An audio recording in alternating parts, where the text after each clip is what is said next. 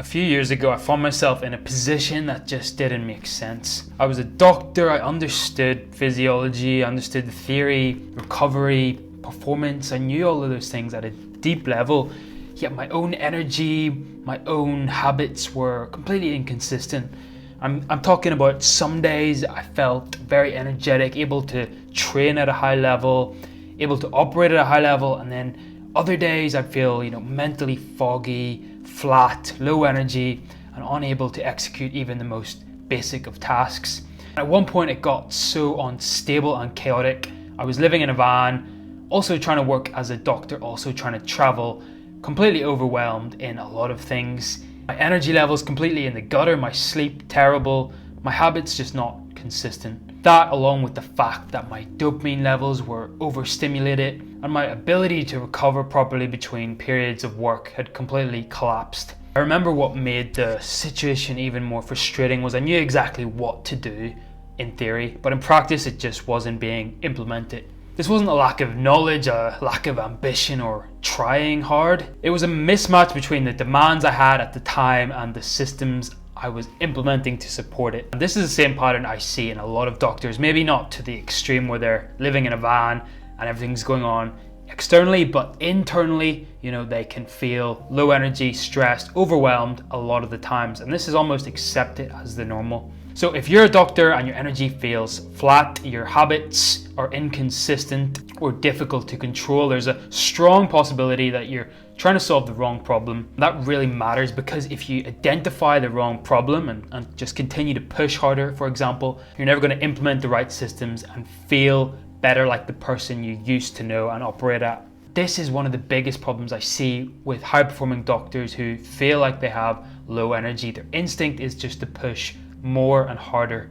You try to be more disciplined, more structured, and more controlled with your time. You might wake up earlier, train harder, optimize your schedule, and get back on track. For a short period of time, maybe that works, but then it all breaks. Not because you lack discipline, but because your system cannot sustain what you're asking it to do. This cycle is extremely common amongst doctors.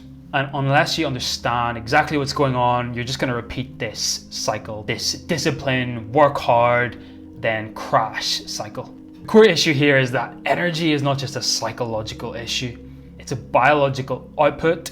Your ability to perform, to train, to have good habits, and stay consistent with these is constrained by the state of your nervous system, your sleep, your circadian rhythm, and your overall recovery. If these systems are unstable, not in check, your energy will also be unstable. No amount of discipline can undo these systems. You can temporarily push through fatigue using caffeine, pressure, willpower, but those are compensations, not solutions to what's really going on. And over time, they make the underlying problems worse. Let's break this down to see what's actually happening here. So the first major factor is nervous system dysregulation. And as a doctor, you operate in repeated periods of high cognitive demand, stressful periods, and high responsibility. And while you're in these periods, your nervous system is activated to your sympathetic nervous system state. And this is a state that allows you to perform at your best, make decisions, and respond quickly. And it makes complete sense to be in this state. But the issue is not that you enter this state. The issue here is that you can't switch off. You can't down-regulate when you no longer need to be in it, when it no longer serves you. So when you finish your shift, for example, your body does not immediately return to your baseline. If you then move into more stimulation, such as scrolling, checking your emails, or passive content consumption, your system remains in this elevated state. You're not giving it that time or that chance to switch off. Over time, this creates a baseline shift where you feel simultaneously tired, but also unable to relax. This is why many doctors report feeling exhausted but wired at the same time. Second factor is circadian instability. And this is a big problem with the shifts that we have, these night shifts, these evening shifts. There's no clear, consistent schedule. So when your sleep-wake cycle is irregular, your body receives conflicting signals about when to be alert and when to relax. This leads to fluctuations in energy, disturbances in your sleep quality, and the inability to recover and wind down. Importantly though, you can still function at this state, but you're operating way below your potential and what feels good. So the third factor here is cognitive fatigue. As doctors, we have prolonged periods of decision making and attention. Our ability to make further decisions tends to decline. So especially at the end of a shift, you basically have no willpower reserves left. And this is not just a subjective feeling, it's a measurable reduction in your prefrontal cortex efficiency. So what this actually means in practice is that behaviors that should feel simple, like training, cooking, or following a routine outside of work, begin to feel disproportionately difficult. And you default to just convenience, you default to activities which require very little cognitive demand. And over time, convenience becomes your baseline. The fourth factor is dopamine overstimulation. Especially in the world we have today, constant exposure to high stimulation inputs such as social media, short form content, and continuous novelty at the fingertips of our phone become your baseline dopamine levels. This reduces your ability to derive satisfaction from lower stimulation activities such as training, structured routines, or focused work, or even just sitting in a low stimulation environment, which as doctors is actually very important because this gives us a chance to reflect, to process our thoughts, to down-regulate our system, and actually just learn to relax.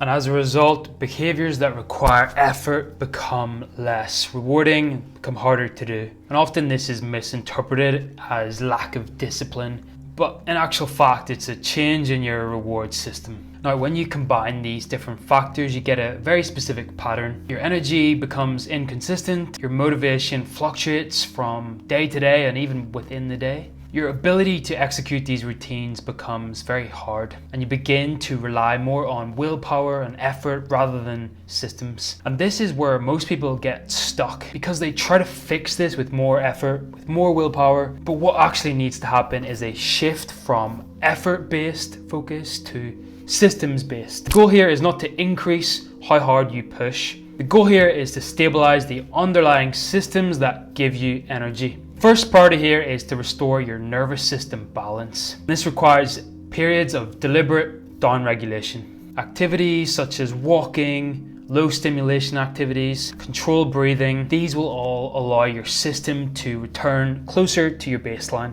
The key here is consistency, because without regular periods of intentional down-regulation, then stress will only accumulate. The second priority here is stabilizing your circadian signals. And my experience with working with others, even with an inconsistent schedule, even with night shifts, even with travel, you can still optimize your sleep a huge deal. You can still improve it massively, and there's still a lot within your control. You can create anchors, light exposure, wind down routines, wake up routines. This all improves your sleep quality and your daytime energy. And third priority here is to rebuild your movement as a stabilizing input. Regular physical activity improves insulin sensitivity, mood, and recovery. And it also provides a mechanism for giving yourself an outlet for all the stress that you accumulate. And the key here is to focus on consistency rather than intensity. The fourth priority is reducing unnecessary stimulation. So creating periods of low input during the day improves your ability to recover and stabilize your reward system. And the fifth priority is removing that all or nothing perfectionism mindset. Your system is already under variable conditions, so your behaviors need to be adaptable, you need to be flexible, and you need to be kind to yourself. It's not always going to be a linear pattern of consistency. You will have ebbs and flows.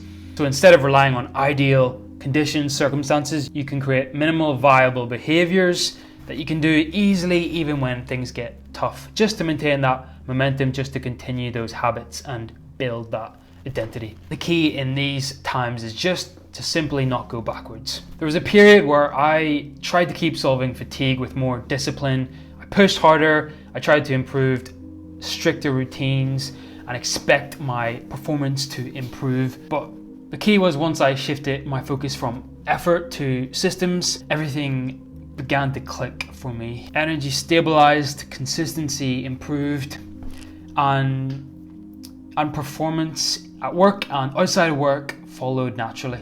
So if you're a doctor struggling with energy, the key is most likely you don't need to be more disciplined. The question actually is, what systems do you have in place to support your energy? Because if they're not in place, you will continue to burn yourself out and rely on effort. And as we all know, effort and willpower is not sustainable. It's a limited reserve. So if you want more clarity on implementing these systems personalized to you, you can click the link to book in a call. Otherwise, follow for more, and I'll see you on the next one.